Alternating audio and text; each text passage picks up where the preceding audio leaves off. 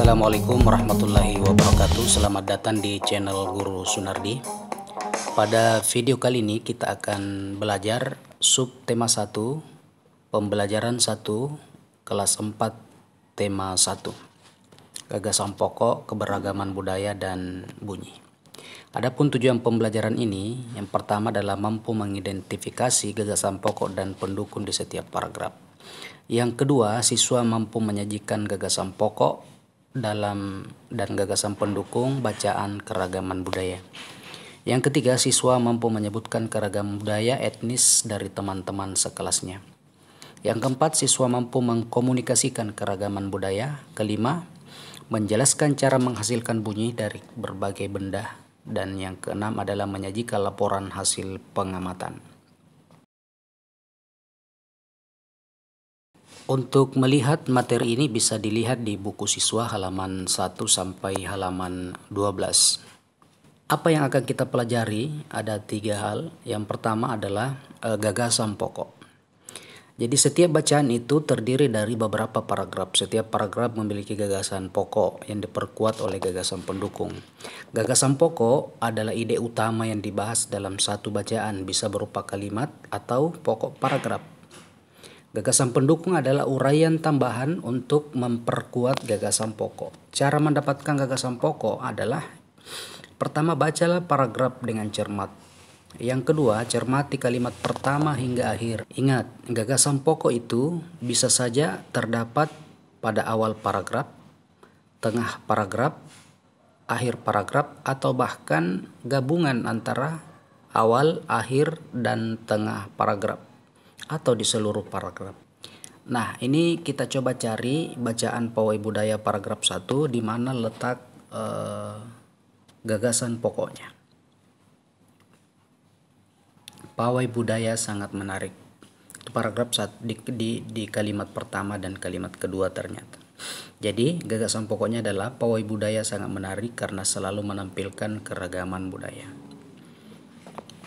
Kemudian yang lain itu adalah gagasan pendukung semua. Ya, semua yang ada di luar gagasan pokok adalah gagasan pendukung.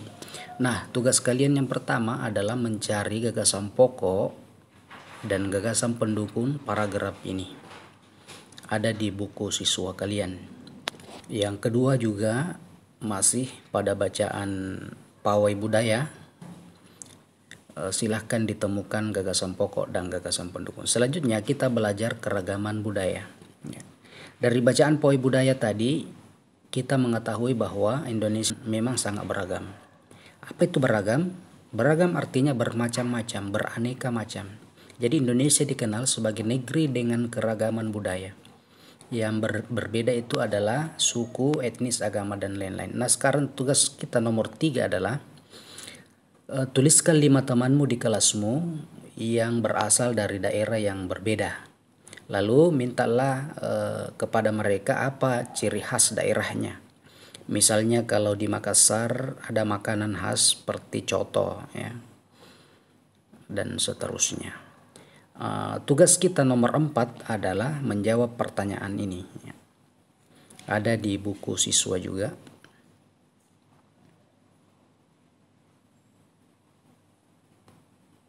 Nomor 5, melengkapi tabel, yakni sikap menghargai keberagaman. Ada contohnya, silahkan dilanjutkan sampai 5. Dan sikap yang tidak menghargai keberagaman silahkan diisi sampai 5 juga. Yang terakhir kita akan belajar tentang bunyi. Jadi selain akan budaya, tarian, makanan khas, dan lain-lain, kita juga sangat beragam dalam hal alat musik. Seperti pada gambar ini ada namanya saluang, ada namanya angklung, dari daerah yang berbeda-beda. Angklung itu dari Jawa Barat, ya. Kemudian ini ada tifa, ada kecapi, dan ada kendang.